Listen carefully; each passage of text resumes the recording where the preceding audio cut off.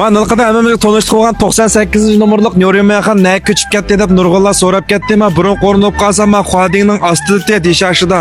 Hozir uyadan ko'chib, ma'vo halokat keldi balla. Halokatdan men o'ngdan kiramsa, so'ngdan kiramsa, mush o'ttirda 98-nomerlik Nurimaxon deb yozig'liq.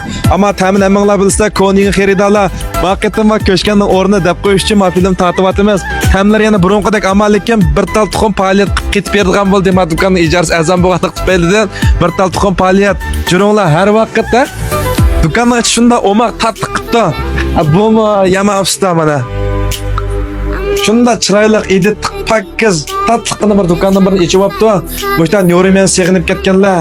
O'sha akimizniki necha vaqtni taqa qo'lab bilan Nurimanlarim kirib chiqib bo'ldi. Sizlarning bo'shda ishchi bo'ladi. Unda bo'lsa vallah. Kini tuxumim. Ha, tuxumim keldi mana.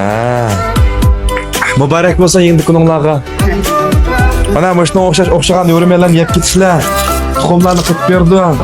Men suva qavarayda ba qo'shaqdan malikini.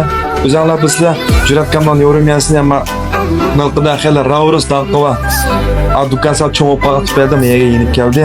Shuning uchun kelib ketinglar. Ajoyib. Men mashin to'xtash o'rni qolaysiz deyotganlarmi? Halokatda jurnallar men mashin to'xtash o'rni deb qo'yay. 100 mashin bo'lsin pedikida. Ana men xo'tani chiqib ketaverdim. Mana mashin to'xtash o'rni degan.